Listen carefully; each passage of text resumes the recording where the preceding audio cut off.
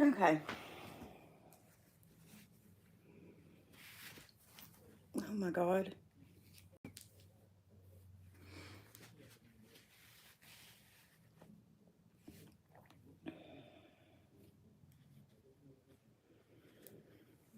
Okay, you guys. Happy Saturday. We're going to do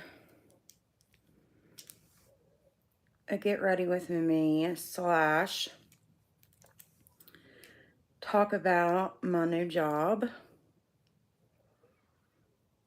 / just hang out, I guess.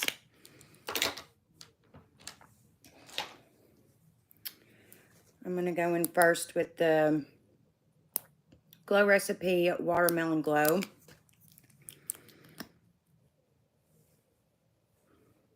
And I have one of the dissolvable like vitamin gummies in my mouth, and it tastes like hammer dog shit. So if I make a weird face, I'm sorry, but it's absolutely dreadful. I still do not have a tripod. I need to try to find me a tripod today, honestly, because I have you guys balancing on a picture frame of my Nanny and Pappy, and it just falls over all the time. It's just not the way to go. It's just not.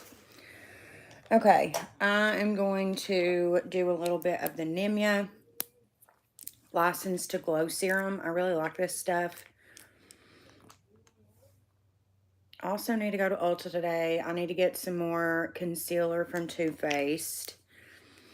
And I need to get a new beauty blender and a setting spray. I would just order, my favorite is Dragon Beauty. The problem with it is that it just takes so long, and I really need setting spray now. Like, that's what I have left, which realistically is going to be enough for me to do my makeup maybe a couple of days. Anyways, let's talk about the new job. Let's start there. So I started the new job last Tuesday, and I've been in training. I also had to go and get an F endorsement for this job. So I was super nervous because I thought I was going to have like all week to go get the F endorsement. And quite literally, I'm going to go in with the Catrice Prime and Fine primer. This is a dupe for the Tatcha Silk Canvas. Anyways, I thought I was going to have like some time to go get the F endorsement. Hey, Sam, happy to see you too. I almost texted you the other day. I was thinking about you. Anyways, so I thought I was going to have some time to get the F endorsement. And then literally, what was it, Wednesday, my trainer was like, hey, can you go get your F endorsement tomorrow? So I had one day to train. And if you don't know what an F endorsement is, it's for hire. So it's just like an extra thing on your license. And then also my trainer said, well, when I went and got my, because I asked, I was like, am I going to have to take a picture? Because basically I have to get up so early for this job. I've worn makeup twice. So basically the whole time I've not worn makeup, and I was going to have to get up just as early to go do this. So I was like, am I going to have to retake my picture? And he said, no. Spoiler alert, allegedly Biden passed a new law. So if you go to the DMV to do any transaction at all, you have to get a new driver's license picture now. News to me. I didn't fucking know that. So y'all, my new driver's license picture makes me want to literally scream. So I'm going to lose my driver's license because absolutely not. I look absolutely horrendous. And I've had a driver's license picture without makeup on before. And every time I get ID'd at places, they like hold the ID up to my face and like think it's not me. I don't know if they're like trying to insinuate that I don't look the same or what. But it's just like a pain in the ass that I'm just not dealing. I'm not going to deal with. Not until 2027. Are you joking me? So, of course, everybody, even the girl at the DMV, she was like, people would die to have pictures like this. Like, your skin looks so great. Like, no, bitch. I'm not going to. No. Absolutely not. So, anyways, I ended up passing, which I was really shocked about because a lot of things have changed. Fun fact, did you know that you no longer are supposed to hold your hands at 10 and 2 on the steering wheel? Yeah, news to fucking me. You're now holding it 9 and 3. That has changed because it used to be 10 and 2. This is why I think that it should be an option at least for every, I don't know, 10 years for you to have to go and like refresh your memory on shit, because there was definitely things that have changed for sure. Also, how far away your stomach is supposed to be away from the steering wheel, that's changed. It now has to be 10 to 12 inches, which my question is, what if your feet do not reach the pedals? I don't understand that. And it says in the book, like, we'll scoot the back of your chair, like the actual back of the seat back and recline. I feel like that would still mess with you reaching the pedals. So I don't know. Just a whole bunch of rules. You can't ride in the bed of a truck anymore. What? Like, just so much has changed. So, you know, if you don't have to have an F endorsement for your job, it wouldn't be the end of the world. But I recommend everybody just go and get an F endorsement. That way you can at least, like, fucking, I had one night to train, to practice. So my trainer gave me a, like, F endorsement training book or whatever. I think it's just a regular, like, driving test booklet. And the only reason I think that is because there was a girl sitting next to me getting her learner's permit, and our questions were identical. Plus, there are about the same number of questions on a driver's permit and the F endorsement. There's 38 on the F endorsement and 40 on the driver's permit. The F endorsement did have a lot of like road sign questions. And then it had like the one that was on my driving test, like, if you're driving on ice and you're sliding to the left, which way should you turn your steering wheel? I already knew that. You turn it in the direction that you're sliding. So anyways, I think you're able to miss like 10 questions. I missed 6, which is another thing. I feel like that's a lot of questions you can miss for there to only be 38 questions and you're allowed to get 10 wrong. I feel like that's a lot. Like damn near half. But anyways, I passed. Quite literally almost failed. But I only had one night to practice, and apparently you can like go back the very next day and retake it or something. So it's like $2.50 if you fail and $4.50 if you pass. So it's $4.50. Nothing crazy. But like if it's been a while since you've taken your driving test and you feel like you need to like refresh your memory on some shit, I definitely recommend go get your F endorsement. It's $4, and if you ever need it, you'll have it. Like, for real, because some shit has changed. I cannot believe that they've changed 10 and 2. It's always been 10 and 2. And now it's 9 and 3. All of a sudden, like, who can make that decision, number one? Like, I just feel like that's a big decision to make, to change that. It's always been 10 and 2. That really, like, irritated me for some reason. So got the F endorsement, and then Friday, being yesterday, I get up, I get ready, I go and get in the car, I leave to head in for my final day of training, and one night, and you still passed. Yeah, one night, literally, which JP helped me study, thank God, and I passed. But which most of them should be common sense to you, especially if you've been driving as long as I have. I've been driving for, let's see, almost fucking 20 years. So I damn sure should. I've been driving 17 years. That's crazy. That is crazy to say out loud. So I damn sure should know the answers to the fucking questions. But I missed 6. And they don't tell you which ones you missed. So I'm really curious to know. I'm sure that one of them was an alcohol question. And I'm pretty sure one of them was this stupid question that was in the practice test that's in like the book that you can get from the DMV. And I'm curious to know what you guys would answer. If you are turning left off of a one-way street onto a 2-lane street. So you're on a one-way and you're making a left onto a street where traffic is going in both directions. Should you be towards the right curb, the left curb, or the center of the road? I'm going to give you a minute to just guess your answer. The correct answer is the right curb. It's the right curb. And I'm one of those people who has, like, I don't know, like test block or something. Like, I always get weird when it comes to, I'm going to have to get me some more brow pomade too, it looks like. I'm always one of those people that freezes up during test. Like, I know the answer. I've studied the answer. I'm fully aware of what the answer is. But, like, once I get there and I'm in the moment and I'm testing, I completely panic. I think it's common, actually. And it's honestly shocking to me after all of these years. I still get that way with tests. I was that way, and text me anytime. Also, watched your boyfriend tag live, and seeing you both together makes my heart so happy to see how happy you are now. I know it's, guys, I'm incredibly happy. If you can't tell, if you haven't watched my boyfriend tag video with my new boyfriend, I definitely recommend it. I'm super happy right now in my life, and it's just crazy. Like, if you can't tell by how often I go live and do videos now, and I'm just, I don't know.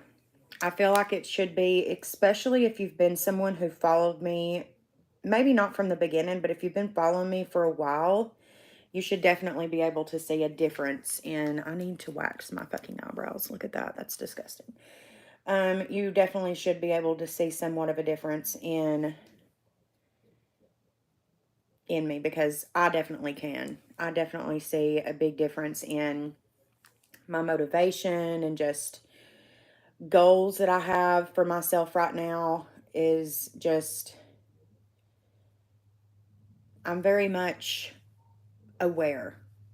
I think that's the best way to describe the way I feel right now.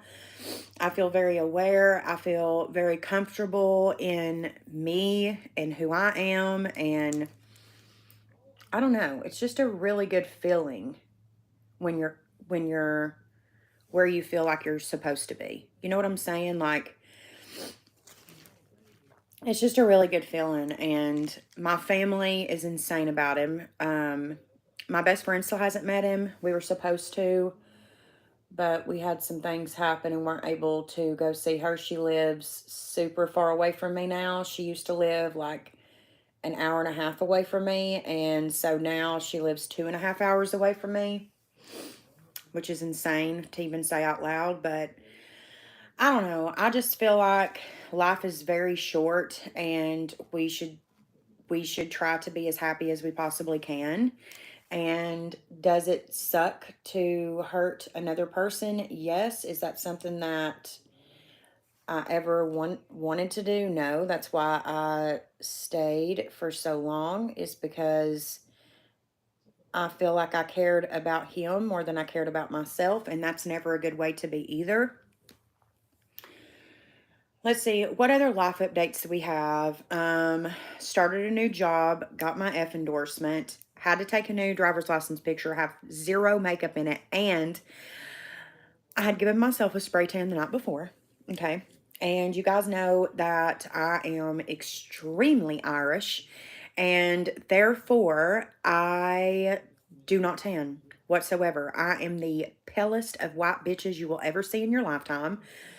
So I found this new spray tan that I love. It is a dupe for Loving Tan. It's called Tanned AF. You get it at Walmart. I love it. I totally recommend. It's like $10. Anyways, I've always just done one layer, and what was it, Wednesday night, I decided I'm going to do 2 layers. Bitch, it's been days. We're at Saturday at this point. I've taken a shower every single day, and bitch, I'm still like, I look like I've been to Bermuda. I'm fucking tan, bitch. So, won't be doing 2 layers anymore. That was the lesson learned from that. So in the driver's license picture, I have a horrendous tan because it was when I'd only washed off the first layer, and bitch, it was questionable. Also, I was thinking about doing a live Q&A tonight for both of us because a bunch of questions poured in after we had finished the live last time. And also, there were some questions that necessarily I didn't think, well, they're not anybody's business. They're still not anybody's business. But at the same time, I can totally understand why somebody would ask those questions. A lot of questions about cheating and ending relationships. I was very clear that we did not cheat. Will say that we did emotionally cheat, and I stand by that. We did not have any type of sexual situations going on while we were in relationships. But emotionally cheating, I will say fair enough. But there was a lot of questions I'm getting about being in relationships that you're not happy in, but you're comfortable in, so you stay. And that explains my last relationship. And I loved him, oh my God, and will carry a piece of him with me forever. He loved me when I didn't love myself. And that is something that I will forever express gratitude for. And he deserves to find his person because he is a good person, a very good person. He's just not my person, and that's okay. But I can totally relate to the feeling of comfortability in relationships, which to a lot of people, they're going to be like, well, why would you want to be comfortable in a relationship? You're supposed to be uncomfortable when it's truly love, and that's correct. That is. But as humans, I believe that we want to be comfortable. It's just a natural thing as a human being to want to be comfortable. There's nothing wrong with it. I understand it. I relate to it. It was a big reason why I stayed in my last relationship for 5 years. I'm going to go into the Tati palette and take the shade Ritual, which is this like deep brown shade. And I'm going to dip into just a little bit of Memory, which is the black, the deep black. And I'm just going to deepen up the tail of my brow and just kind of set this pomade a little bit. Yeah, it's just really easy to be in a relationship and feel comfortable to the point to where it's almost scary to think about not being with that person anymore. And so every time that you find yourself unhappy or thinking of wanting a change in, possibly leaving the relationship, you talk yourself out of it because comfortability is super important to humans. That's just facts. And so when I say that it wasn't an easy decision for me, I mean that. I truly mean that. When I first found myself, and if you are my ex, please don't watch this because I do not want to hurt your feelings. Please do not watch it. But when I first started to find myself feeling like we were growing apart, is almost the way the feeling was in the beginning. It was almost like I felt detached from him in some way. And so I started my YouTube channel. That was during the pandemic. I was working at home. He was off at his job. And so I was home a lot. Had a lot of time to think. That's where I first remember feeling that like we're not, someone just left this live. So I'm thinking it was him. Anyways, that was the first time I found myself just feeling almost like we're growing apart. We're not the same. And keep in mind, when we got together, I was very newly sober. So I went right out of recovery, like as soon as I got sober, into my relationship with him.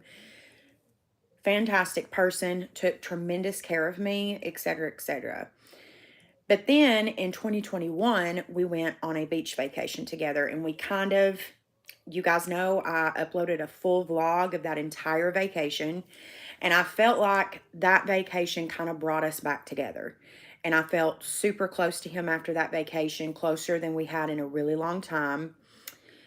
But as some relationships can do, and that's why it's super important to keep your relationships exciting and to keep them at the forefront, especially when you do not have kids, which we did not have children, you get into this routine. And it's like the routine just happens over and over and over. It's so repetitive. It never changes. It's always the same. It's constant. And I almost felt like, hold on, let me finish this. Almost felt like I was on a spinning wheel and the wheel just kept going in the same direction, never changing. Kind of like a hamster wheel, you know? The wheel is never going to change. You can go back and forth, right? But you're still going in the same, it's still the same routine. You're still going in a circle. You just may be going frontwards or backwards. That is what I felt like I was in. And then I was working for UT. You guys know this. And I was working in the operating rooms. And we lost the contract. Okay. Well, I was Ubering and Instacarting and doing videos with you guys very rarely. You guys know my video uploads during 2022 was absolutely sad.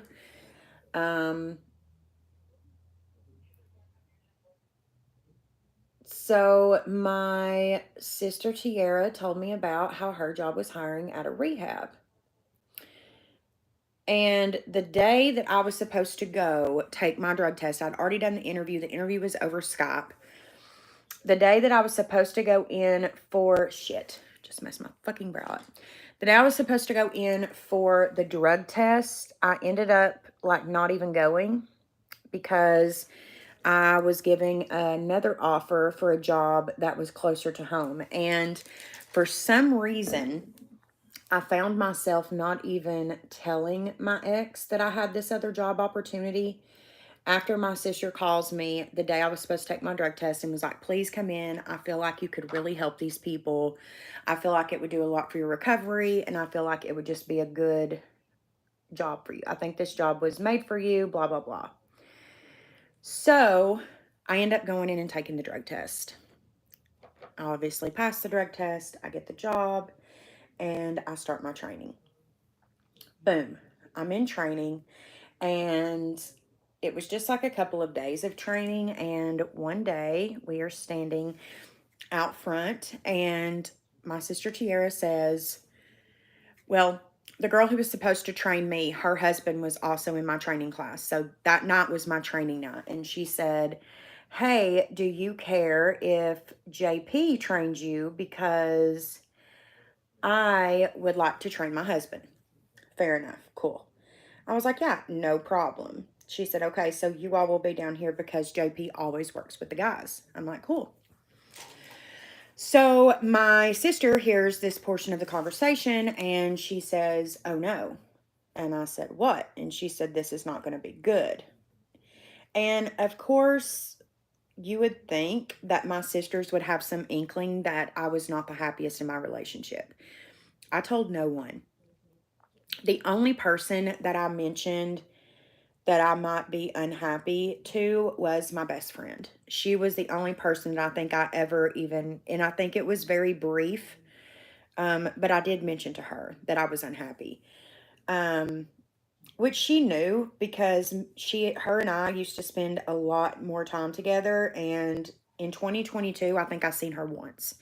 So it was just, I don't know, 2022 was definitely the year of growth for me and discovery. Just like growing as a person and discovering what I want in my 30s, not getting any younger, and I really just want to be happy. That's all I want at this time in life. I've come to terms with the fact that I will not be a mother, something that for so many years I felt like I was put on this earth to be.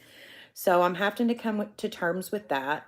And if I'm not going to have a child, I just really want to be happy. And I don't want to stay in a relationship for nobody if I'm not happy. I only want to be in it if I'm happy. So she says, "Oh no, this isn't a good idea because he's your cup of tea and I know you're his cup of tea." And she tells me he's married. Okay. So off the bat, I am under the conclusion now that he's married. So even if, I find him to be just the best thing since sliced bread, nothing's going to come of it because he's married and I'm in a relationship. So that's that. So I think I just laughed it off to her or whatever. I don't think I said anything, but literally, like serendipity would have it, as we are having this conversation, he comes around the corner. And I will never forget, he was talking about, I'll never forget it as long as I live. He was talking about the United States Constitution. That was the first thing I remember this man talking about, and he was dipping. He was wearing a hat. God, he looked like chef's kiss, okay? And I could tell he was older than me, obviously. But it really, I don't know. It was almost like this feeling of like things clicked off the bat. We very easily carried a conversation with one another, like off the bat. He was talking about the Constitution. I agreed with him, and we had like, I don't know, maybe a 10-minute conversation about it. And so I trained with him that night, and the entire night we did nothing but laugh. That's all we did the whole night. We had so much fun, and we worked well together, and the patients liked us working together. So that was like the first night, right? Nothing crazy. And fast forward, I don't know, maybe a month, let's say. Me and him worked together every single night. Every night we worked together. And the more we worked together, the more intense things just got. It just got to the point where it was so fucking intense. Like it was undeniable. There was nothing that I could say to myself to, like, I'm not going to say talk myself out of anything, but like it was undeniable, the chemistry. It was like cosmic. It was from another universe type shit. And so for work purposes one day, I can't remember what it was. Yes, I do. He was taking them on a nature hike and needed my phone number to like communicate, so I could communicate when they had to come back for dinner. So I was like, here's my phone number. So I gave him my phone number. And I texted him and I said, "Hey, it's Morgan."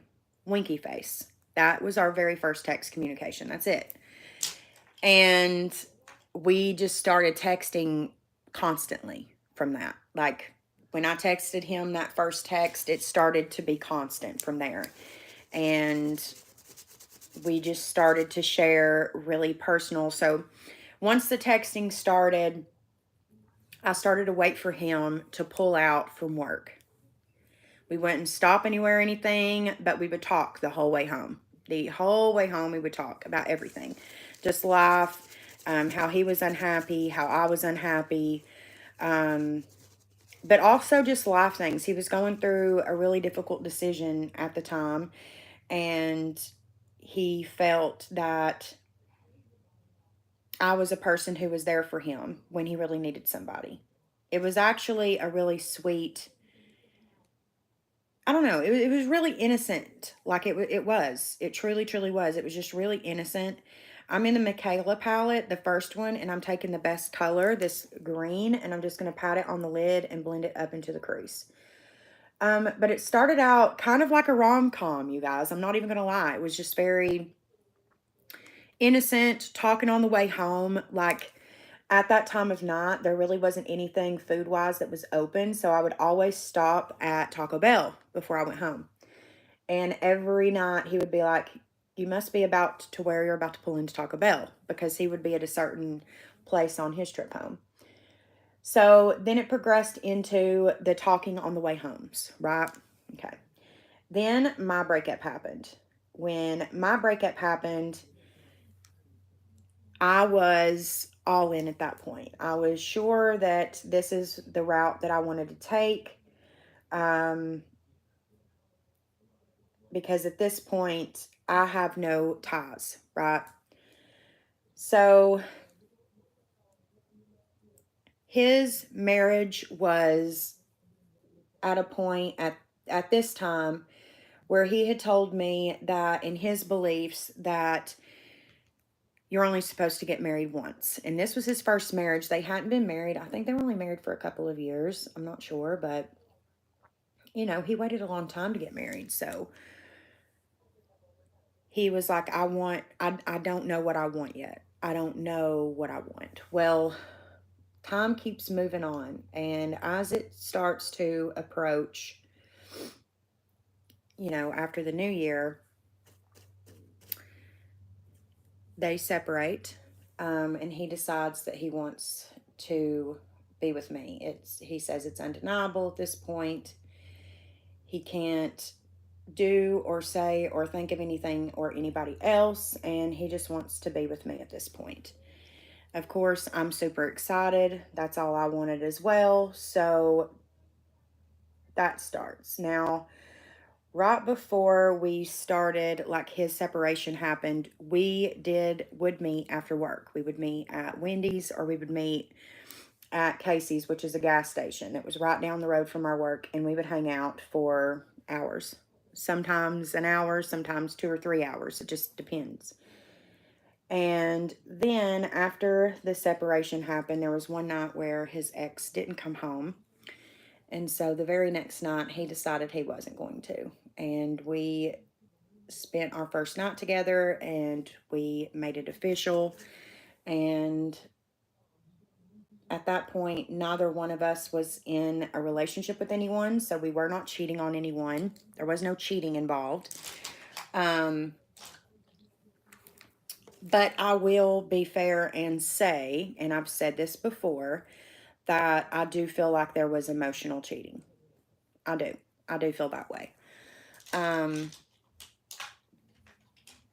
will also say that I feel, I'm going to take the shade Freetown. It's like a greeny blue color. I will also say that when you finally do meet someone that you feel like you were always supposed to meet, like you feel like your whole life has kind of brought you to this point of meeting this person, it's almost like you don't have control over the decisions that you're making. I know that sounds crazy, and if you've never felt for someone the way that I'm describing, it's going to be really hard for you to understand, but it was like a cosmic connection. That's the only way I know to describe it. It was like something that comes from another planet, like something that I was meant to be doing in that moment in time. And I don't regret and will never regret being with him, or how it led up to us getting together. I will never, ever, ever regret that, because that's our story. That's how everything happened for him and I. What I will say, though, is that I wished I would have just been honest with myself a couple of years ago that I wasn't happy. And I would have probably, that probably would have caused a lot less hurt in the relationship that I was in. Because I do know now that, I've pretty much gotten everything from him. He still has a little bit of my stuff, but not much. I do know that it was a one-sided unhappy. I do now know that he did not feel that way at all. And I think in my mind, I was just thinking, well, there's absolutely no way that he can be super happy when I'm feeling this unhappy. But the truth of the matter is that he was. and that's his right. This is the Jason Woo Prime Eye in the shade, I think it's Space White, I think, if I'm correct. Yes, Space White. And I'm going to take a concealer brush and I'm going to cut out this crease.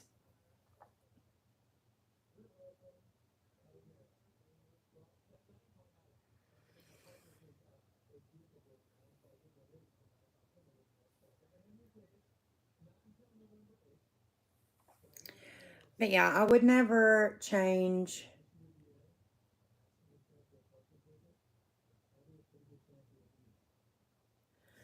our story just because it's ours and it's how things happen for he and I.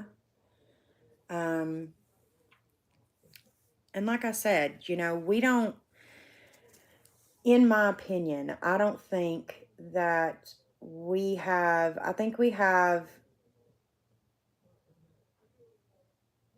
I don't think we really have a say in who we are with in our lifetime.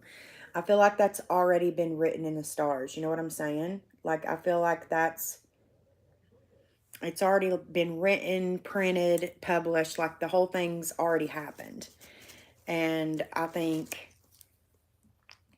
that it was always meant for me to be with Jay. I think that that was always the case. I think, you know, at first, when I first met him, I told myself he must be my twin flame. You know what I'm saying? Like, not someone that I'm supposed to be with, just someone that's supposed to help me grow. You know, like, there's a chaser and a follower with twin flames. And so I read up on twin flames a lot when he and I first met one another because I thought there's just no way. He's married, I'm in a relationship. This is just never going to be anything. And then the more that I read up on soulmates and cosmic soulmates. So, cosmic soulmates is definitely what I would describe the feeling I felt when I met Jay.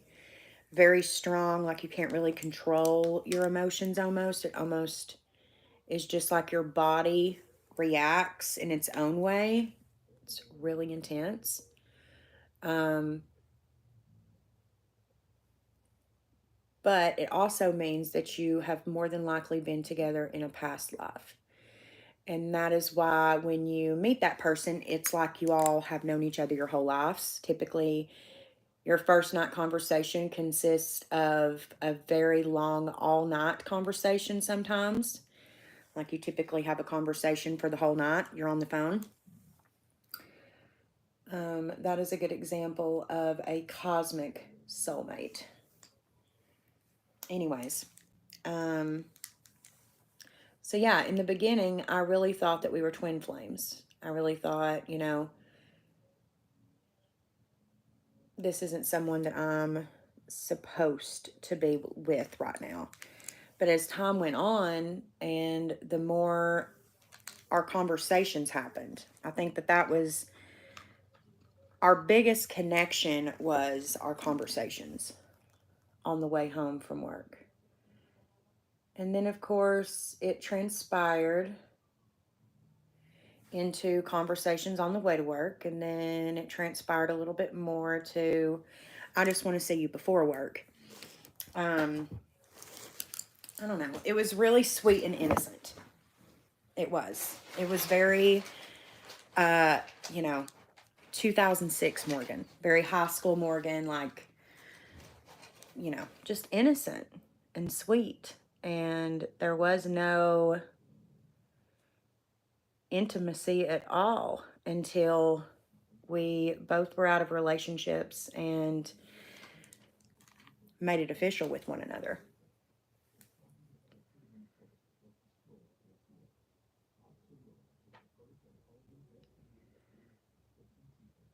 You know what really is making me sad right now is the fact that I do not have my glitters. And I have this beautiful silver in my black makeup drawers that I still haven't gotten. They used to sit beside my vanity. I need that silver right now. It would be so pretty on this eye look with this green and like, I don't know, aquamarine color. I feel like it would be really pretty. The only thing I will say about this Jason Wu eye primer is that you really want to make sure that you press it into the skin and make sure that it's well blended in, because if you do not, bitch, she will crease. Yes, ma'am. Okay, so now I need to decide what I want to do on the lid. I'm thinking about, yeah, because I have this blue glitter. So I'm thinking I'm just going to keep it a matte white and just do a glitter liner and line it out. I don't know. I'm liking it though. I will say I am a little disappointed in this shade, Freetown. It's a little patchy. Thank you, Ashley. I really, really am. And for all of you guys who have been messaging me about leaving long-term relationships, I know it's going to be hard, and I know the decision isn't easy, and I know it makes you uncomfortable to think about starting over, you know, by yourself or with someone else, but I would not change it. I wouldn't. I really, really wouldn't. This is all worth it for me. And, you know, even if down the road it's not worth it to me anymore and I'm not happy anymore and I don't, you know, if somewhere down the road I find that I don't want to be with him anymore or vice versa, I obviously wasn't meant to be in my previous relationship or I would have never left it. So that's the way I have to look at it. And I'm fine with that. I'm totally fine with that. So now I'm just going to take a matte white, and my favorite matte white is from the Jaclyn Hill Volume 2 palette. It is this shade right here called Certified. It's like a really pretty bone white, and it lays beautifully on top of concealers. A lot of times when you use whites on top of concealers, it will turn to like a bone shade and it won't be like a pretty vibrant white, and Certified does not do that. Certified stays really pretty and vibrant, and it's a really good shade to set this eye primer with as well. You just want to make sure that you wipe off fallout, because if you do not, it will get patchy, which that's the case with any white. So this one's now set. I'm going to set this one. Just make sure you don't have any creases in this primer before you set it, because once you put that eyeshadow on it, if there are creases, they're going to stay there. They're not going to move.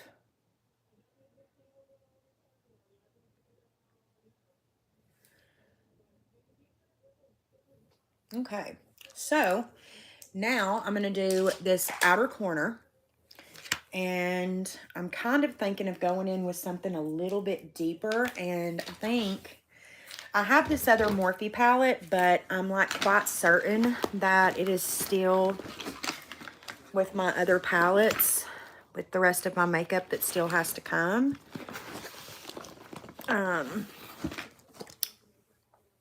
I will have my schedule tomorrow, Ashley, and I will know. Or not tomorrow, Monday. I keep thinking, yesterday they called us out of work because of the weather here in Tennessee, and like they didn't want to train us that day because they weren't coming into the office, like they called out schools and shit up here. So I have to do another day of training on Monday. So I should know Monday what the dealio is. Okay, this Nikita palette doesn't really have anything that is popping out at me at all. I could go black. We could just go in with some black. But that kind of just takes away from the moment, you know?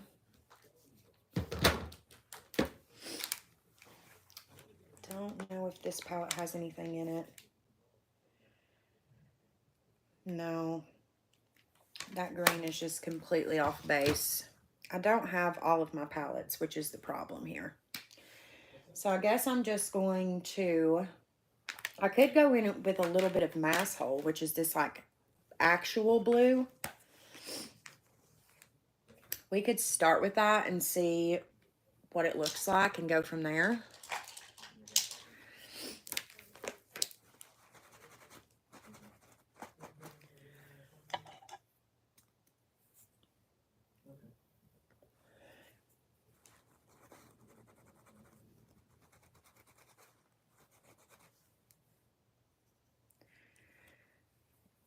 All right, let's see what we can do here with Mass Hole.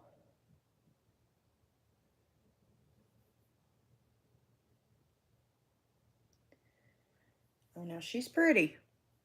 She's pretty and she's pigmented too. Super pigmented.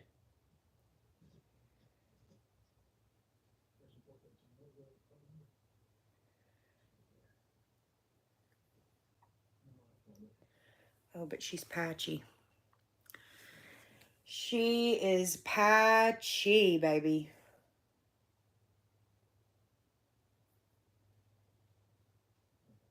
So the only thing you can really do to fix that is to build up color.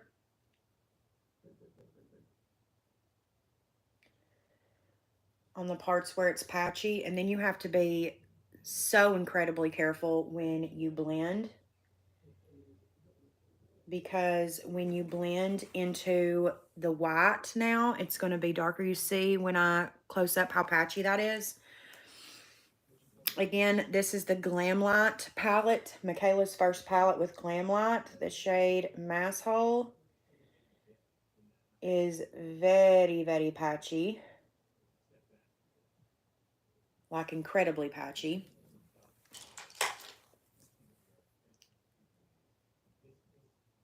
And then we're just going to take that brush we put the white on with and see when I go to try to blend. You see that patchiness? Yes, ma'am. So now at this point, we only have one option.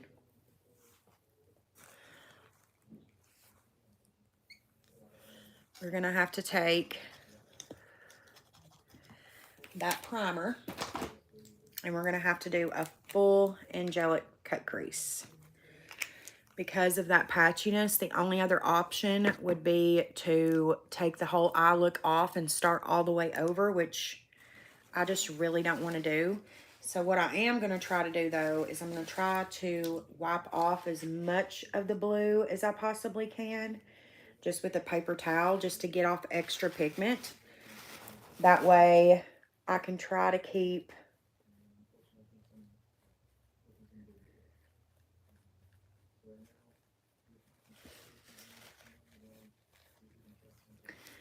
I might even be able to fix this, you guys.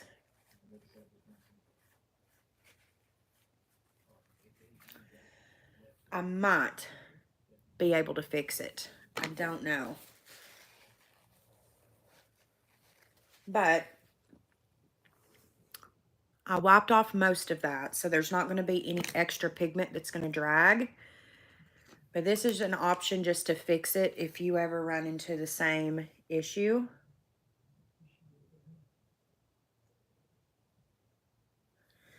Is just make it a full-blown cut crease.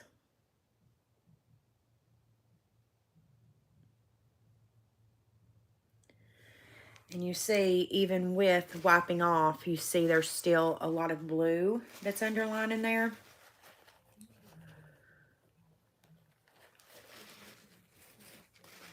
So the only thing we can do is just keep wiping our brush off. We don't really want to add too much primer.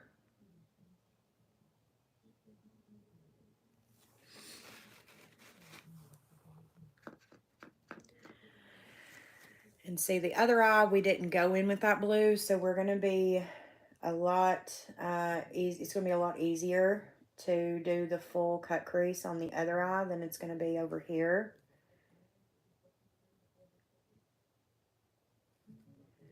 This guy's just going to need a little extra attention.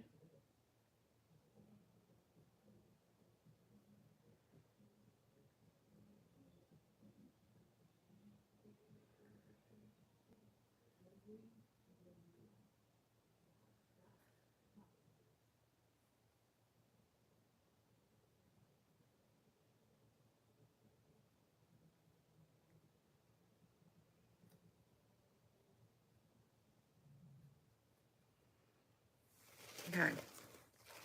So that's how we fix that. I'm going to have to do it to the other eye.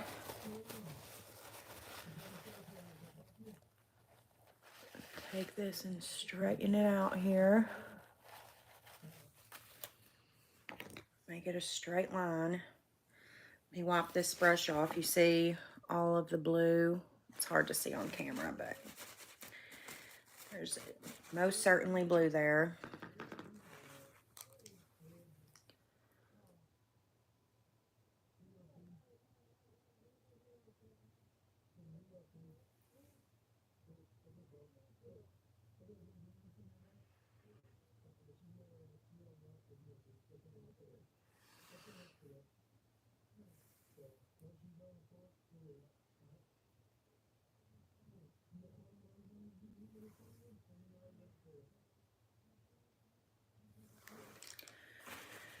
Yeah, wipe the blue off.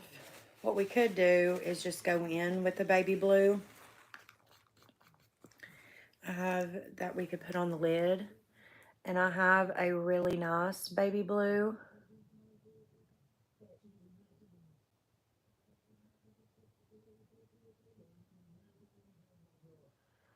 That I know isn't patchy in the Laura Lee X Aaron Weaver palette. I know it isn't patchy.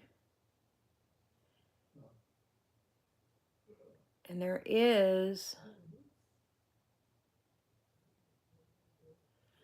a lighter blue in the Michaela palette that I could go in with. The only problem is that other blue was so patchy. I don't want to risk going in with another patchy color.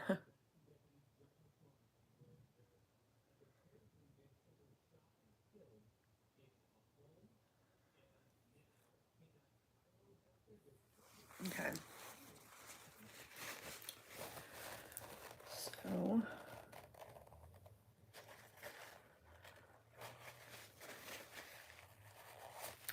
I'm going to take this sponge and flatten as much of that lid as I can.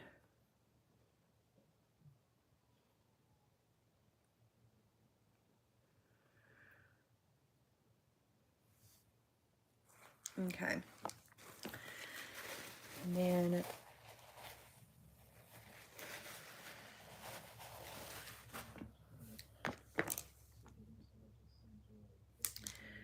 take a baby blue and lay on this lid. Candy Skies palette. It has this blue right here, which is actually even a little brighter than I remember.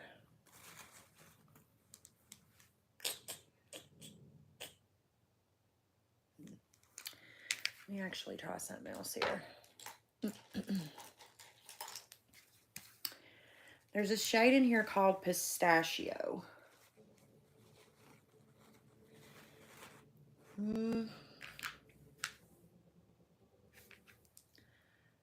Let's just try sky blue. See what this looks like. So that's what sky blue's looking like if we go blue. Or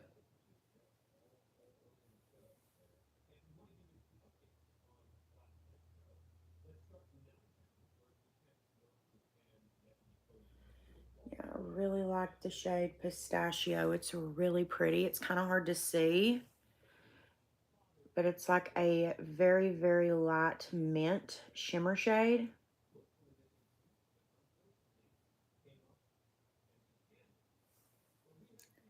I think we're going to do this. I do have that blue there. I'm going to have to try to cover up the best I can.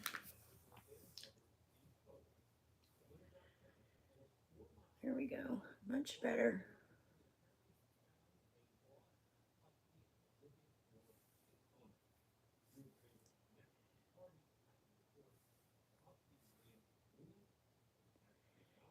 And I'm not going to go all the way up to the top of the cut crease, only because I'm going to go in with that glitter liner and line that out. My stomach is growling so bad, and I don't know why. I had some toast and bacon not too long ago, but man, oh man, is my stomach growling. Okay, so that's where we are, and I'm going to take a little bit of Stripper Magic by Jeffree Star and just kind of go over top just for some extra oomph, especially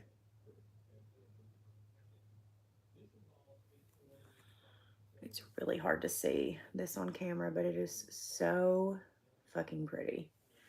I have a full review of Jeffree Star's Skin Frost on my channel.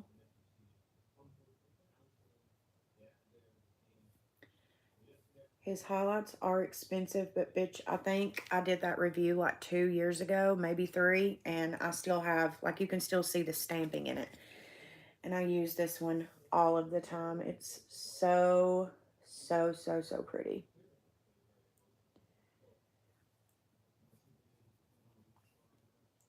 I'm going to go extra, extra heavy on like the inner third here.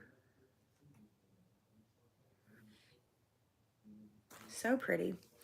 And then we'll do the liner really quick so you can see fully on this eye what it's going to look like when it's all said and done here. Let's pray that it's not dried out, and it's not. She's still thriving.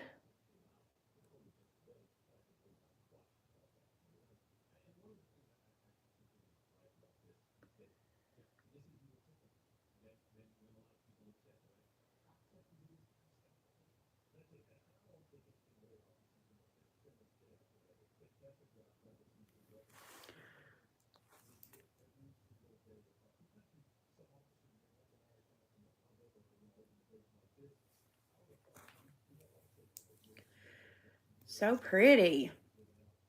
I love it.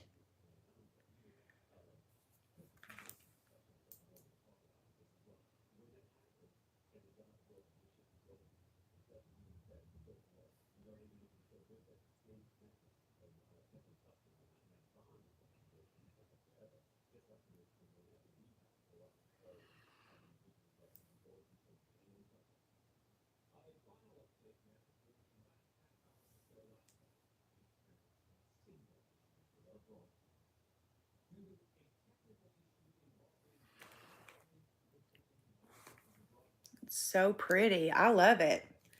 What do you guys think? I think it's fun. And I love it. Okay. So, that was a little bit of some tips and tricks on how to fix your cut crease if you decide to put a really patchy shade on the lid. It happens. But this shade Pistachio in the Laura Lee Candy Skies palette, this was a palette she made with her niece Erin. I love it. It is full of fun pastels. And there are 3, 4, 5, 6 shimmers and 5, 6, 7, 8 mattes in it. And they're all fun pastel colors. Just so pretty.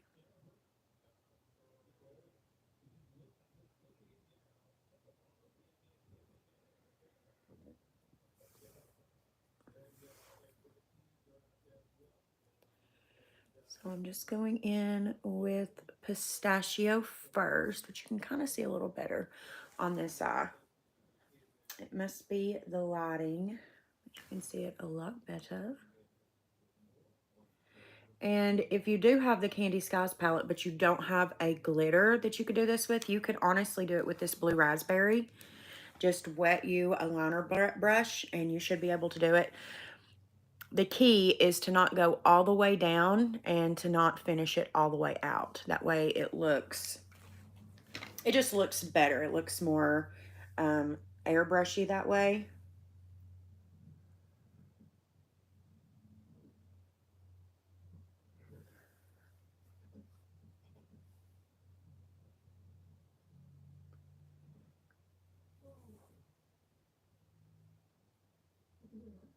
All right, and now we're gonna take Stripper Magic by Jeffree Star. So pretty. And I'm gonna go pretty heavy-handed on the inner third. Like I said, starting there at the inner corner and working our way in. And then we're just going to use it sparingly. And I just use my own saliva. Do not, if you let anyone else, I have two different brush sets, one for myself and one for clients. If you use your brushes or let anyone ever use your brushes, do not do what I just did. That's absolutely disgusting. Don't do it. But if they're just yours, go to town, baby. Unless, you know, you don't have the best hygiene, and then maybe not, but okay. I'm gonna go over this inner third one more time just so that it really pops. That's just gonna draw a lot more attention to your pretty eyes. Okay. So pretty. I love it. I haven't played with greens in a while, so I love a good green. It just, chef's kiss. Love it. Okay. So now we're going to take our glitter liner. I just get these off Amazon. Just look up glitter liners eye safe, and it was like a set of like 12, I think, for like $6 or $7.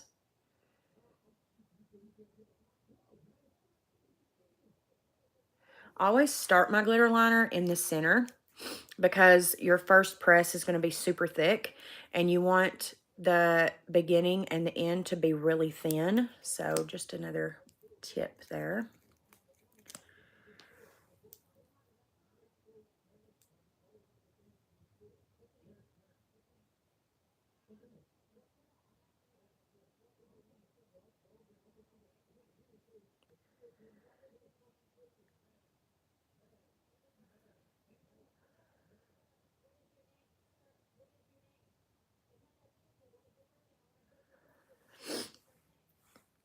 See how it almost looks airbrushed because I didn't drag it all the way down? That's what you want. Super pretty and fun. I love it. If you're ever having a bad day, bring some glitter to the party. Glitter always just makes me feel better. Although I think it might be time to order some new ones because I probably had these 2 years at this point.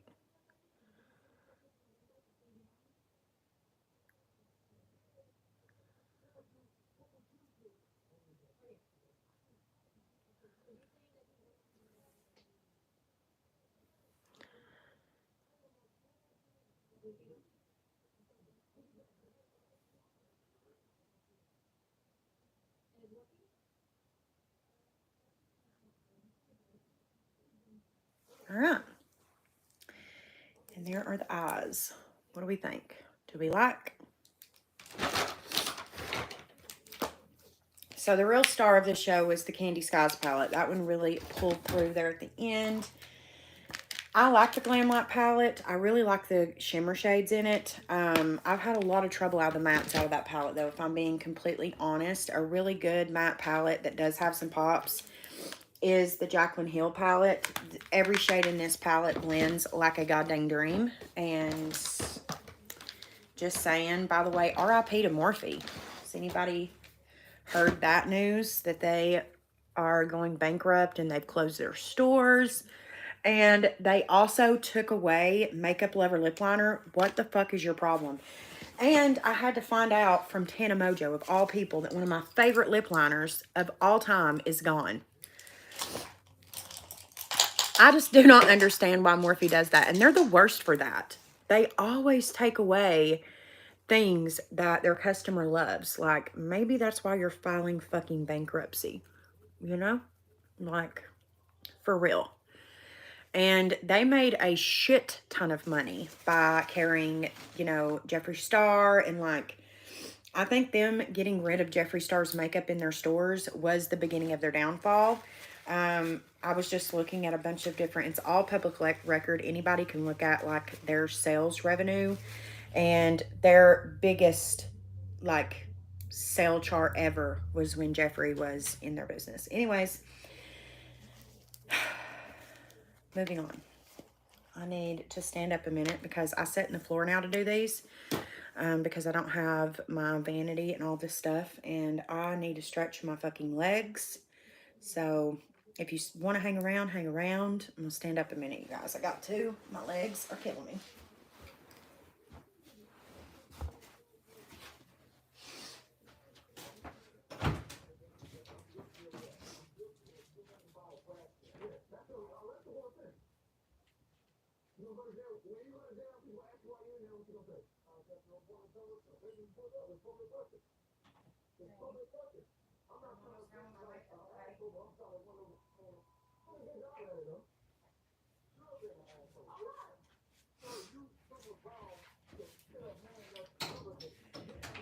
Shoo.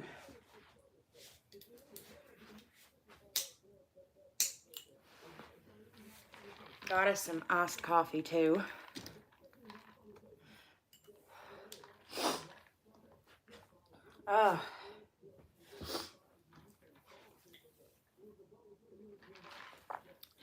You know, the older you get, you really start to see just how we are not meant to sit in the fucking floor. I'm reminded of that every day that I sit in this floor and do my makeup. Huda Beauty Faux Filter. I still have some down in here that I've told you guys this 100 times. I use every drop of foundation. It is absolutely stupid not to. Get yourself a little brush and dig that shit out. Especially when it's a really good creamy foundation like the Huda is here. You can really get some good use out of what's left down in the bottle. And you guys know that when I do blue tinted or green that has like a blue tint eye looks, I really love a good red lip. I don't know if it's, what was that show? It had, what's his name in it that does The Price is Right now. What's his name? Drew Carey show. I don't know if it's because of watching that show when I was younger and seeing that woman with the red lips and the blue eyes. I don't know, but I love it. I think it's a vibe, and I don't know if it's the America lover in me or what, but I just love a good blue eye with a red lip. I feel like it's a vibe. All right, I'm going to go in with some Buxom White Russian just to fuck my lips up and really let them burn. But no, I'm doing a nude lip, and I really feel like some lip plumper is the way to go. So I'm really going to go crazy. And I'm going to put some White Russian by Buxom on, and I'm going to mix in some of the iMethod Beauty lip plumper and just, you know, really lose my mind. Just go to town. Just so we can really get the most out of our lips here today. Okay, so foundation.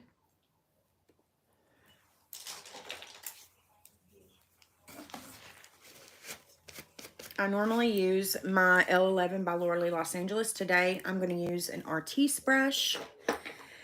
And I'm going to mix in a little bit of the Wander Beauty Catch the Light Glotion in the shade Celestial. We're going to do a little potion here, mix some things together, because this makeup is going to have to last me all day. I was saying I would do a red lip, but I've got my nephew's basketball game. I'm going to get my nails filled in. Like, we've got to go look for a storage unit. There's just like things happening. So I'm already about to go to all these places with the most on my eyes. So I'm also going to, I've been trying to use up this UA foundation. I think I've about got her empty at this point.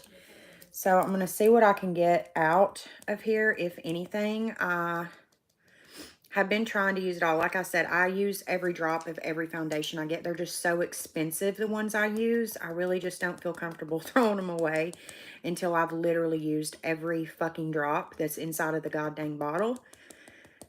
Okay, so I got like 2 itty bitty droplets out, and I think that's all we're going to get from Miss UA. I am going to keep the bottle just until I get her reordered, but this is one of my favorites that I keep in my collection at all times, the UA Essential in the shade Almond. I love, love, love this foundation. This is another one that I've been trying to use the rest out of. It's another favorite of mine, and it comes with like a little spoilie top deal on it. So I'm just going to put what I can. It, like I said, it's coming towards the end of this one as well. This one will not be one that I reorder. It's nice. I like it, but it's just not one that I'm obsessed with. The Jouer I'm obsessed with, and I have to have it in my collection. Oh yeah, there's definitely some more down in here in the bottom. It is a pretty foundation. It is long lasting. It is full coverage. For sure. It could be, you know, light to medium coverage if you mixed in a moisturizer, but on its own, bitch, this is the 4-in-1 Love Your Selfie, which I think is so funny that that's the name of the foundation when it's literally the most full coverage, come on, bitch, foundation I've ever seen in my life. I'm going to take this brush and just do it this way, because there's still quite a bit down in the bottom of this, to be honest. And we'll just mix it all together with my Artis brush. But yeah, it's a really pretty full coverage foundation. It's just not one that I like love. Like, I have the ones in my collection that I'm just obsessed with, that I will always keep in my collection. This just isn't one of them. This brow right here is super uneven, so we're gonna have to fix that. Yeah, perfect. Okay. So this one we're still going to keep around because there's still quite a bit. But again, it's the Pure 4-in-1 Love Your Selfie Longwear Foundation and Concealer, it says. It also says that it's blue light defense, it's rubbed off. Blue zone, cruelty-free, gluten-free, vegan, all the things in the shade MN5. Love it, but will not be repurchasing it. But as you can see, baby, she has got the coverage for days. Like, for days. For all the days and nights, she's got coverage for you.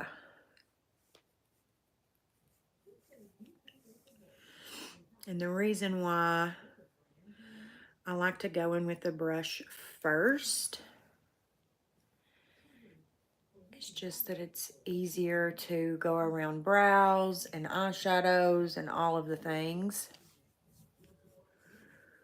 The only place that you have trouble with an Artis brush is around the nose. It's just an awkward area to go around with the big O, kind of like small hairbrush. It's kind of like what we're vibing with here. It can be a little awkward. Ox, but not ox. And then just blend it down the neck. I do have a spray tan, and this is looking like it is going to match perfectly with my chest. So that's fantastic news. And then just take my Beauty Sponge, wipe that Artis brush off on it, just so if there's any extra foundation, I am getting use out of it. And start to press that into the skin. This is just going to take away any brush strokes, and we'll really be able to get around those crevices that we weren't able to get around with the Artis brush, because she's a little chunky monkey, which is fine because so am I. Also, I wanted to talk about, just because you guys have been tagging me like crazy people on fucking TikTok with this Selena Gomez, Hailey Bieber, and Kylie Jenner situation. You guys, here's the thing, okay? There is just way too much evidence that Hailey has bullied this girl. There's just way too much at this point. I mean, if it looks like a duck, it quacks like a duck, and walks like a duck, bitch, it's more than likely a goddamn duck. Not only that, but when Selena and Justin were together years ago, Hailey was like a fan. She tweeted some really shady shit about Selena even back then. And there's just way too much evidence to the contrary. And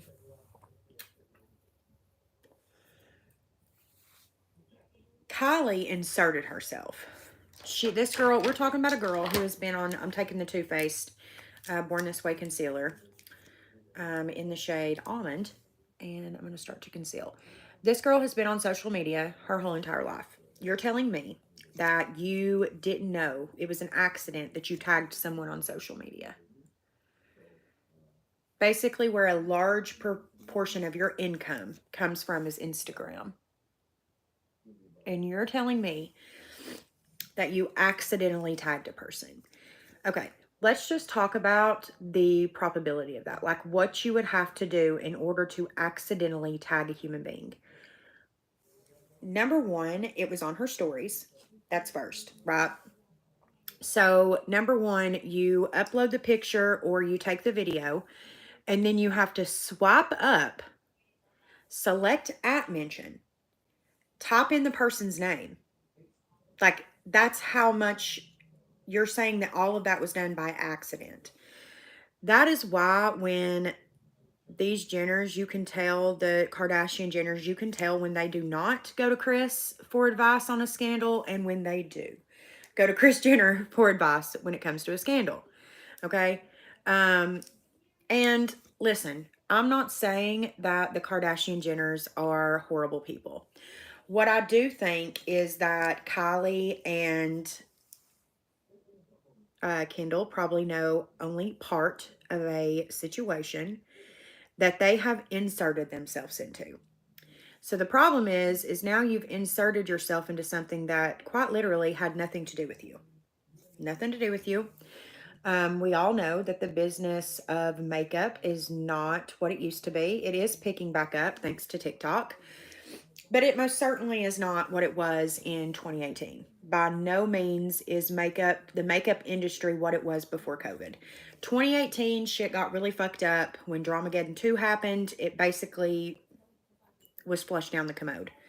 And it is no brand new news or anything that Kylie's business is not doing as well as it once was.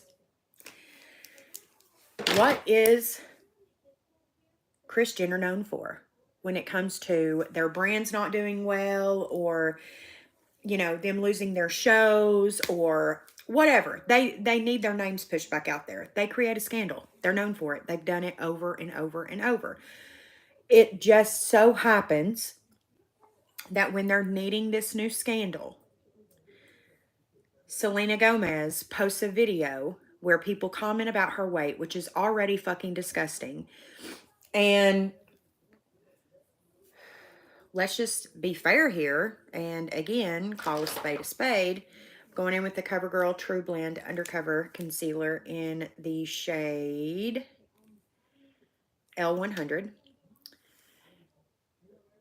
Hailey Bieber, I mean, she is known, but she isn't as known. So she can always use some publicity. Let's just be fair, okay? So how much convincing do you think Kylie or Kendall or anyone would have to do to try to talk Hailey Bieber into making fun of her husband's ex-girlfriend, who he has made very clear is the one that got away and that he loved and blah, blah, blah. Like, this man has treated Hailey like shit. And this is the first thing, right? Like, this is where I really feel bad for the girl. I mean, he has publicly treated her like shit. Like, not taking photos with her on the red carpet. Like, shutting doors in her face. Like, her falling down and him not helping her up. Like, just constant. I mean, there's been videos of him crying in public and her approaching him and trying to, you know, be there and support him, and he pushes her away. Like, he's not been fantastic to the girl to begin with. But there are so many photos of Hailey when she was young, holding up magazines that have Justin on the cover, her going to VIP and watching Justin in concert and meeting him after. There is a picture of her quite literally on Twitter that resurfaced of her holding up a magazine.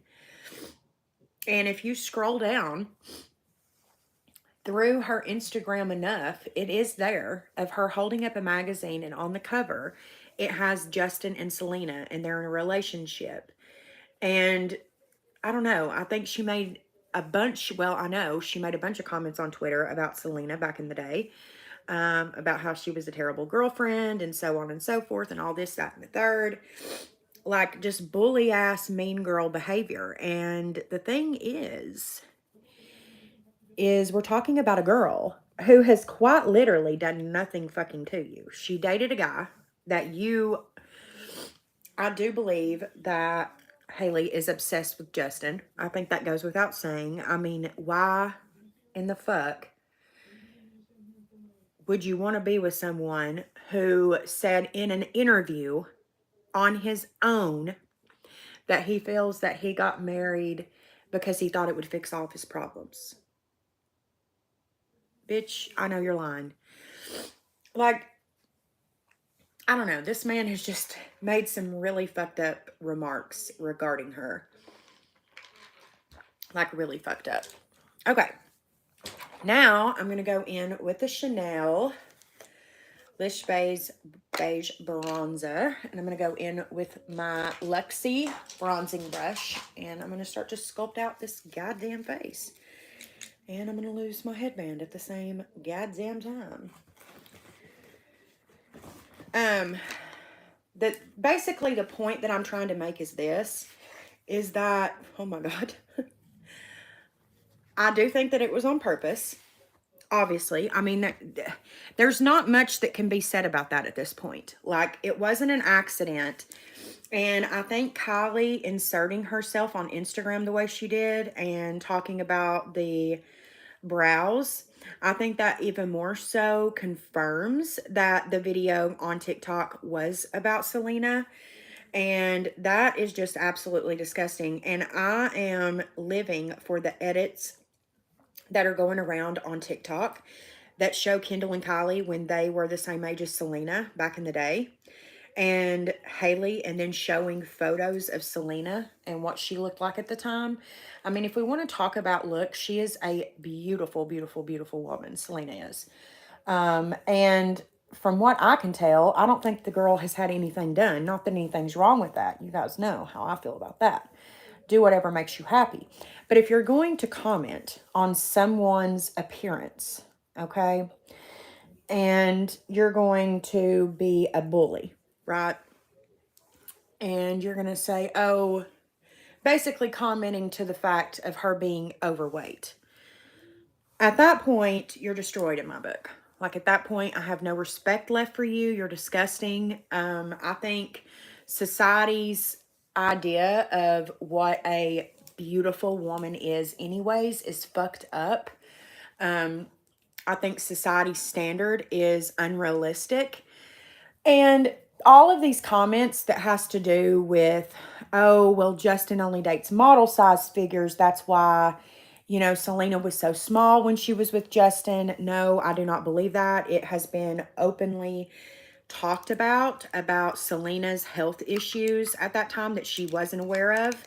That is before she was diagnosed with lupus and she was medicated for lupus. And it is commonly known that people who have lupus, before they are aware that they have lupus and are medicated for it, it is hard for them to keep weight on. It's very hard. It's almost impossible. So I do not think that she had an ED. I think that she was sick and didn't know that she was sick yet, is what I think. Because right after her and Justin broke up for the final time is when she got the kidney transplant and all that stuff happened. I think that society just projects this shit. Like, oh, well, she was skinny then and she's not super skinny now, so she had to have some type of issue. No, maybe she was sick at the time and didn't know it, or maybe she was just a kid at the time and smaller. Like, what the fuck are you guys talking about? Just because she is thicker now, I think that she's still fucking beautiful, and I think that she's still fucking Selena Gomez. So, you know, at the end of the day, as long as someone is happy within their body and they're not commenting on it, like, don't comment on it. Even if they do comment on it, it's not your place to bully someone. So I don't feel bad for Kendall, Kylie, or Haley. I think that mean girl behavior is disgusting. It's never acceptable. It's never cute. You know, there was a time on social media when bullying was, and that type of drama was accepted by society, and nobody can say otherwise because, you know, it's a fact. It's just not 2018 anymore. It's just not. And when you go online and you say some really nasty things about someone who has a disease, number one, she's sick. Okay, she's had a fucking kidney transplant.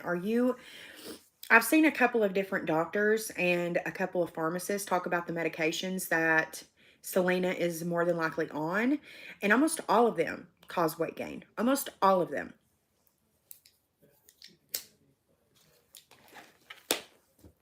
And it's because I'm going to take the Fenty Pro Filter in the shade Butter and set my face.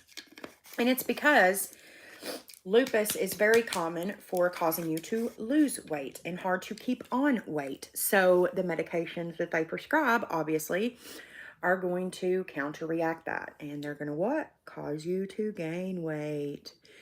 Which, you know what? She posted a picture in her bikini and she looked happy and healthy, in my opinion. So what the fuck are all of these sick fucks online going on about in the comments? Like, reading those comments made me so fire engine red, mad. It was ungoddamn real. And then after Haley post a video and Kendall and whoever that other girl was post a video about it, oh no, then it's an issue. And it's so funny, some of these TikTokers going through the comments on Selena's video and then going down through and seeing how many of them have made videos in response to Kylie and even Kendall and Haley. And they're like talking about someone's weight, but yet they were in Selena's comments commenting the same shit. It's fucking disgusting. But I love that some people have went down through the comments and then went to these people's fucking pages and seen that they've made videos and replied to Haley and all of them. Like, they weren't just in Selena's comments bullying her for gaining weight. Like, what the fuck? It's just like, it so explains just the world we live in today. Today's day and age. It just explains it like literally to a T. You could not describe the world that we live in any better than that.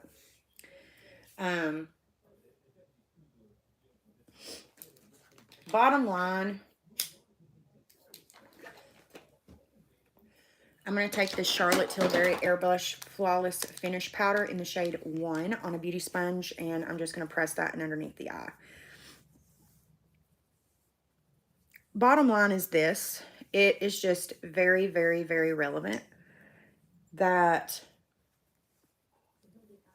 Hailey has not only made comments about Selena numerous times and made jabs and digs at her, but it's also very clear. Charlotte Tilbury bronzer in the shade medium to contour on an M143 brush from Morphe. But also, nose is itchy.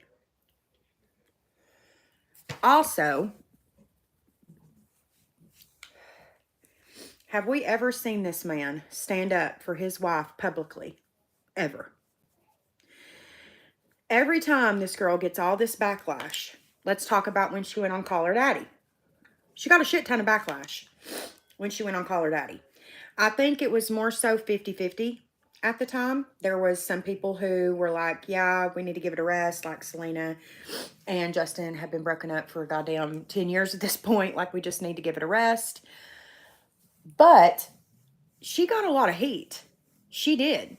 She got a lot of heat in that interview. Mostly for her saying that that her and Justin didn't cheat when he was with Selena. That everybody knows that's a lie. The time frame, it's a lie. There's just way too much proof, and proof is in the pudding. And there's just way too much proof that they most certainly cheated. And I think that's where she got the most heat, because Alex, who is the host of Call Her Daddy, if you haven't watched that podcast, what are you doing with your life? But when she asked point blank, like, did you guys cheat? And Hailey said no. I mean, you can't not expect backlash. There's just way too much, there's way too much evidence to the contrary, my girl. Just way too much. So he never came to her defense then. He's never, publicly, and like Tana said on her TikTok, even a black screen on Instagram being like, I love my baby. I love my wife. I support my wife. Anything. He's not done anything. I would be embarrassed / devastated. You know what I'm saying? Yeah, you're with him, but he's just not there with you the way he was with her. And I think that's why so many people claim that he's still in love with Selena, because he used to come to her defense all of the time. And there was even a time where they were on a red carpet and somebody approached her that was like an interviewer or whatever. And he was like, stay wet, back up. Who are you? Very protective of her. And he does not behave that way with Hailey at all. Quite the opposite. All right. I'm going to take Marc Jacobs bronzer and just kind of warm up the face a little bit more, just to bring a little bit of life back to the party. And this is a Tom Ford. I think it's just like a powder brush or something. It doesn't have any numbers or anything, but I absolutely love it. It's just perfection, and it blends. All of Tom Ford's brushes just blend like a goddamn dream. And then not adding any bronzer, but just sweeping away that powder with the bronzer brush. We'll just add a little bit of color to it so that it's not just like a white line. You know what I'm saying? That's what we don't want. But yeah, I do feel bad for Hailey to a point, just because I think I feel embarrassed for her, if that makes sense. It's just, I couldn't imagine being with someone and them just never, ever having my back. I'm going to put this light blue liner by Ulta Beauty in the waterline.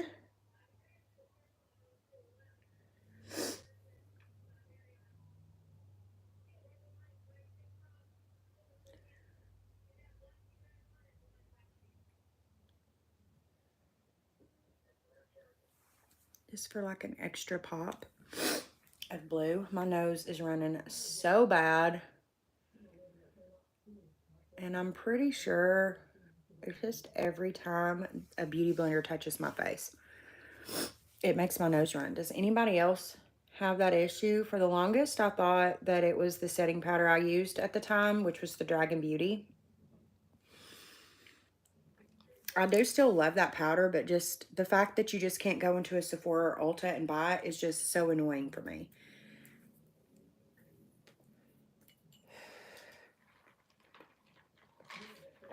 And I kind of want to do like an electric blue. I really want to use that color in the Michaela palette on the lower lash line.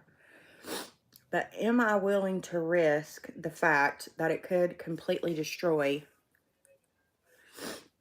everything? I don't know. You've got itches and noses running. Okay, so there's a couple of options that I'm thinking about for the lower lash line. One of which is I could just go in with that vibrant green, which looks very fucking saturated on camera. It's way like more minty than it looks here.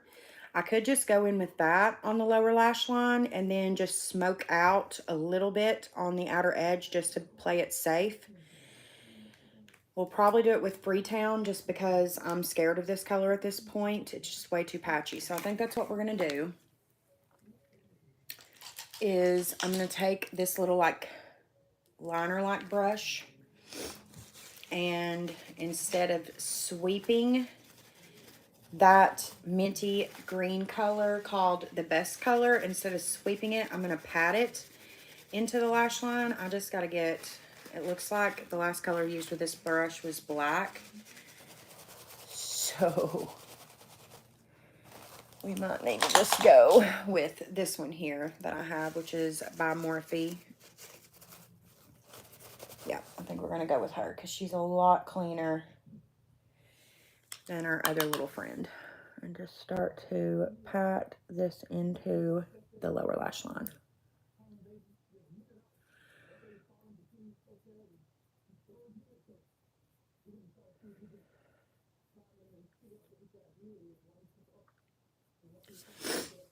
Pretty. Damn, I'm already hitting pan on this color. I think this is the second or third time I've used it, and I literally just hit pan. That's crazy. These pans are not as deep, which I did see a review on TikTok, I believe, when she first came out with this palette with Glamlight, that about them talking about how the pans aren't as deep as they look. And here's the other thing. When you go to tap off to not have any fallout with these shades, do you see how like the pigment pops off? Like it's weird. I don't know. I don't know.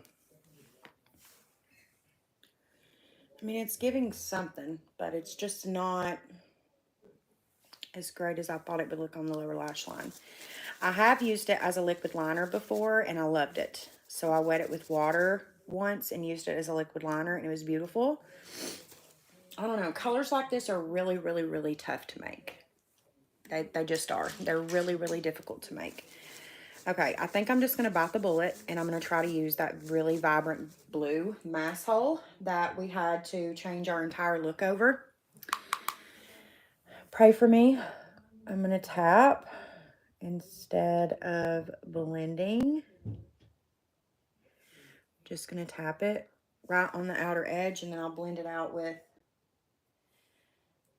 the other brush just because I'm scared of this color.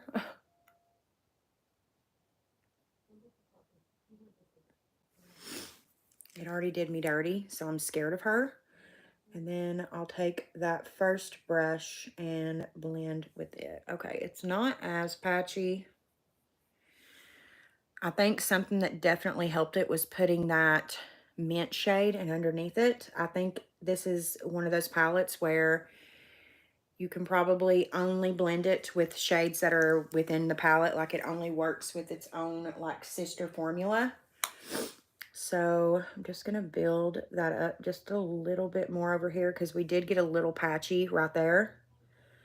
So I'm just going to build it up just a tad more on each side.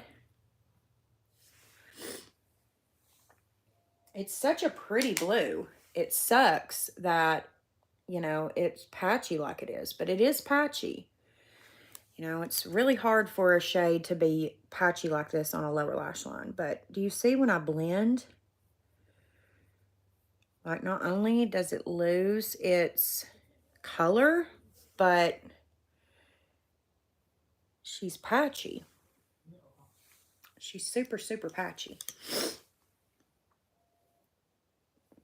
So I'm going to go over it with the Beauty Blender just to help blend out those edges a little bit. But I think I'm still, after all of this, it's still so patchy up at the lash line. I'm going to have to bite the bullet with this flat brush.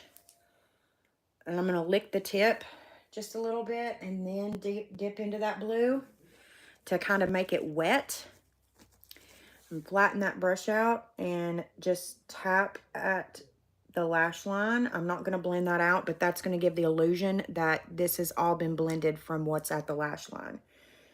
But what I've actually had to do is add color twice and then tap that shade into the lash line so it looks like it's all blended that way. So I would just be very careful with this shade, especially if you are someone new in makeup. I would just practice with it. I definitely wouldn't depend on this color to go out somewhere or anything like that, you know, unless you have, like I said, practiced with the color and learned how it blends, because she's not easy to blend, babes. All right. Now, we're going to do some blush.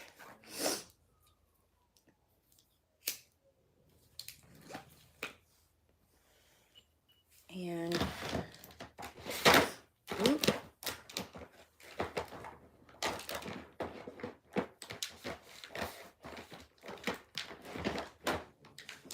Okay, I'm going to go in with the Kylie Lip and Cheek Tint in the shade Pink Me Up. I really, really, really, really love this blush, and it works really good over or under powder, whatever you want to do. But I'm not going to go in super heavy-handed just because I don't want, with the blue, you just don't want to go too crazy on blush or it'll start to look kind of like clown makeup, and we don't want that. So I'm just going to keep it really light and not go too awful crazy with blush today. Just kind of keep it like that. Let's see if we have enough setting spray.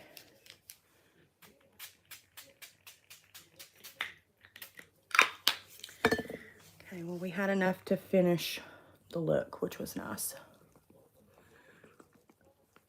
Just tap that setting spray in. And then let's do a little bit of highlight. Oh, my legs are killing me, bitch. I don't know why, but this drawer will not pull out to save my life. I've been using this highlight a lot here lately, and I'm going to use it today. It's the Laura Geller highlight in Gilded Honey. It's really pretty.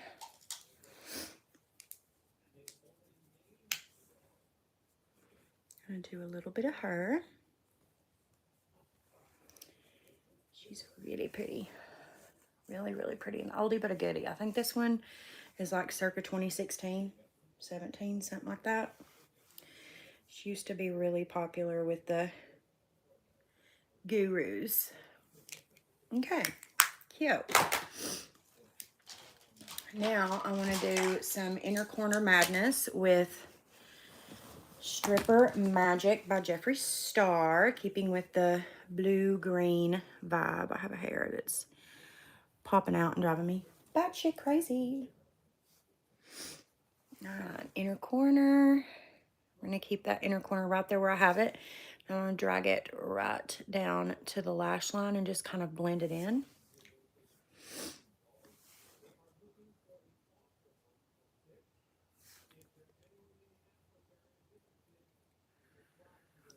super pretty. And I'm also going to add just a dash to the tip of the nose. This one looks so pretty when the sun hits it. So, so pretty. And a little bit up here. What the hell? Let's just go crazy here today, you know? Why not? All right. Let me curl these lashes.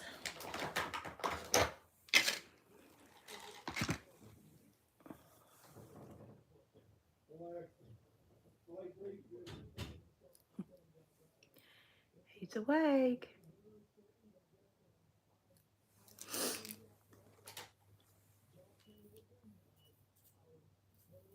All right, we're gonna take Handbag Hoe by Kylie. You know,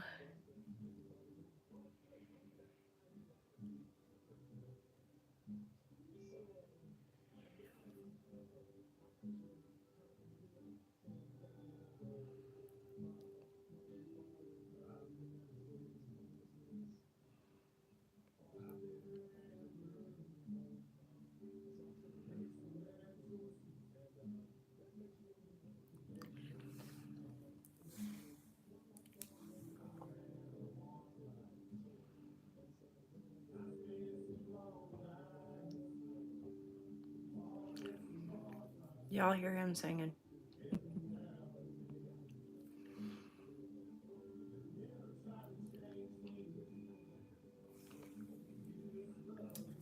He's playing one of our songs. So sweet. All right, mascara.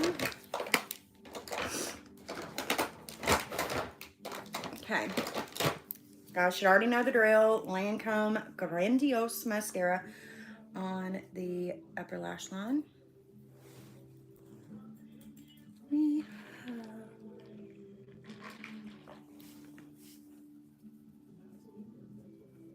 have no joke. Anybody else?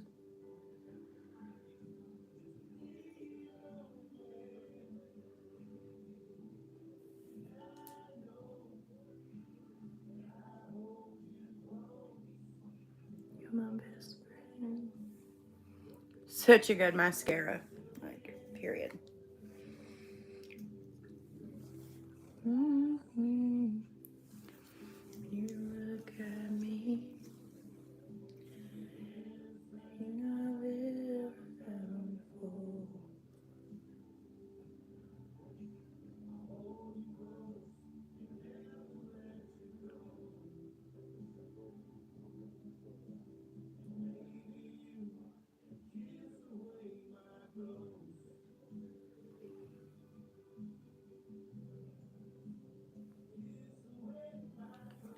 Okay. Lower lash line. We're going to use Essence Beauty, the False Lashes. You guys know I love this mascara. It's super lengthening. Just for some reason, it doesn't do it on the lower lashes, but it always transfers up top. So I only use it on the lower lash line, and you have to be really easy. Look at that. What a bitch. It's going to take forever to dry, which means it's going to take forever before I can remove it from the lash line. That's the thing with a lot of drugstore mascaras is they tend to get clumpy after you've had them for about a month.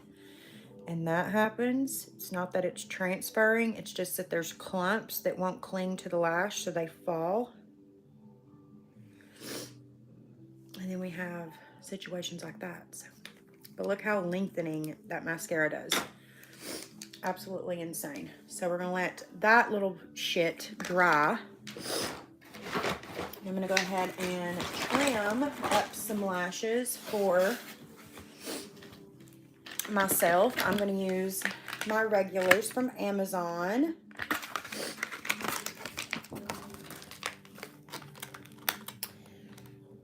And we're gonna trim them to fit our eyeballs.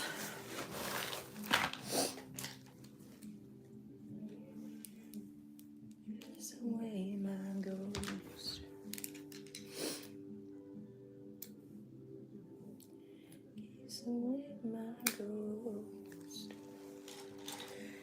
Duo Lash Glue, which it looks like we're about going to need a new one of her, and that's crazy because I literally just got one, it feels like 2 months ago.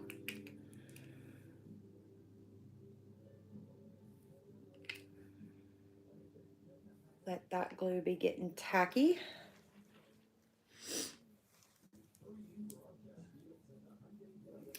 We're almost done with makeup, guys. We've been on here for 111 minutes almost. So if you've been here from the beginning of this tutorial, thank you so much. Also, to those of you guys who have been sending super chats and super stickers, thank you guys so much. You guys do not know what that means. Last time in the chat, one of my moderators put my Cash App. For those of you guys who do not want to go through YouTube, I appreciate so much because YouTube takes like pretty much all of that. My Cash App is Morgan Shea 33. And I appreciate every single one of you guys who sent stuff last time. It's super sweet.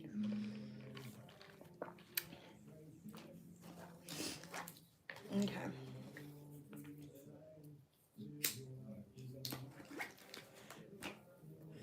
Okay, so for lips, I'm going to take Myth by MAC.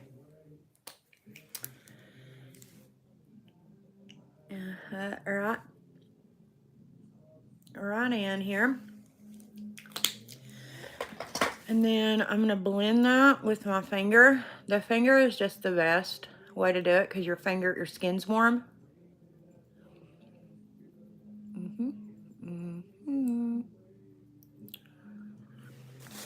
Yeah, so my man is going to take me to go get my nails done today. He goes with me. How sweet is that? Sits there with me the whole time. Helps me pick out colors. So sweet. However, this isn't my first rodeo in a relationship, so I'm fully prepared for when that phase is over with. And I am going to the nail salon alone.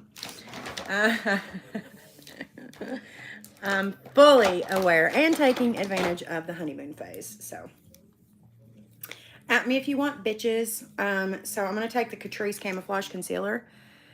And I don't really like the way that this one creases under my eyes. So I use it for my new lip. Any concealer will do. And again, blend it out with your finger.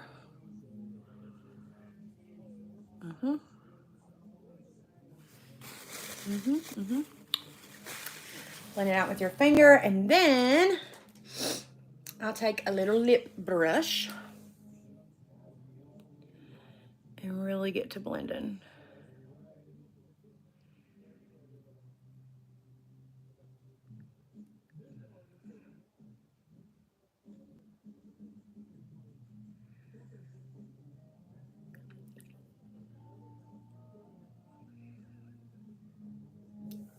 Just blend, blend, blend.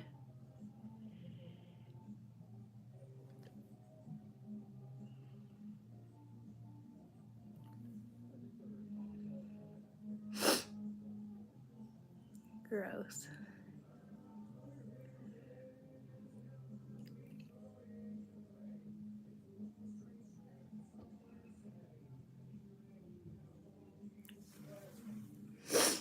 Okay, and then I'm going to take Gloss Drip by Kylie Cosmetics.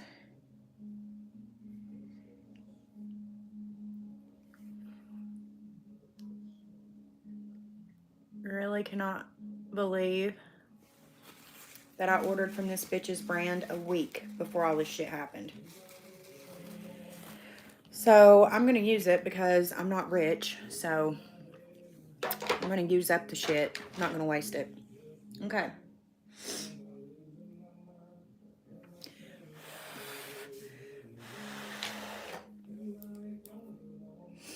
I think it's so sweet when he loves a song and sings it in the shower.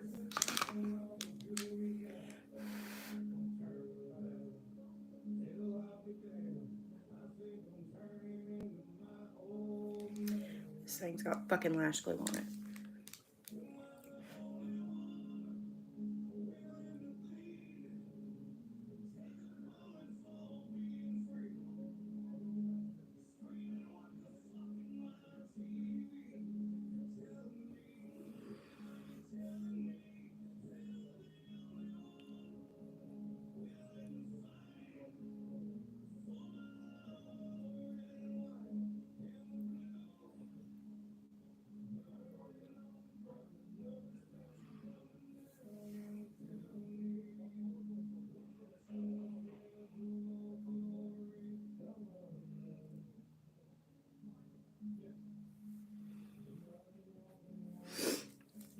Such pretty lashes. Can't.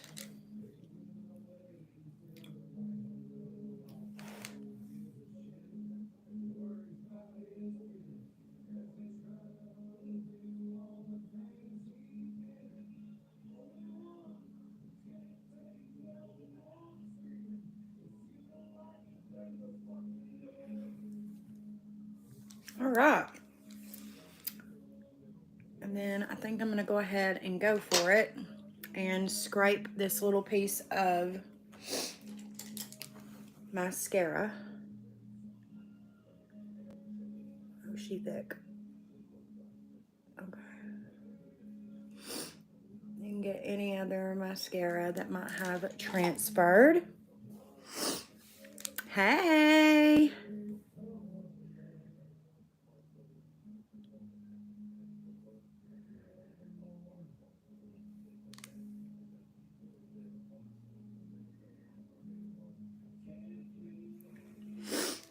All right, you guys. Any lipstick on my teeth? No. There is the makeup. What do we think? I hope you guys liked it. Thank you all for hanging out with me for 117 minutes and 14 seconds. Thank you guys so much. Again, if you would like to support this channel, I would highly appreciate it because your girl is making her own biscuits now and we are on our own here. And so if you would like to help, your girl would appreciate it. My Cash App is MorganShay33, or you can send a super chat or super sticker or whatever. I love you guys so much. Thank you all for hanging out with me today. We may take all of this makeup off tonight and have my new boyfriend do my makeup live. Would you guys want that video? Let me know down in the comments. I know it's an old video, but you guys really liked the boyfriend tag video.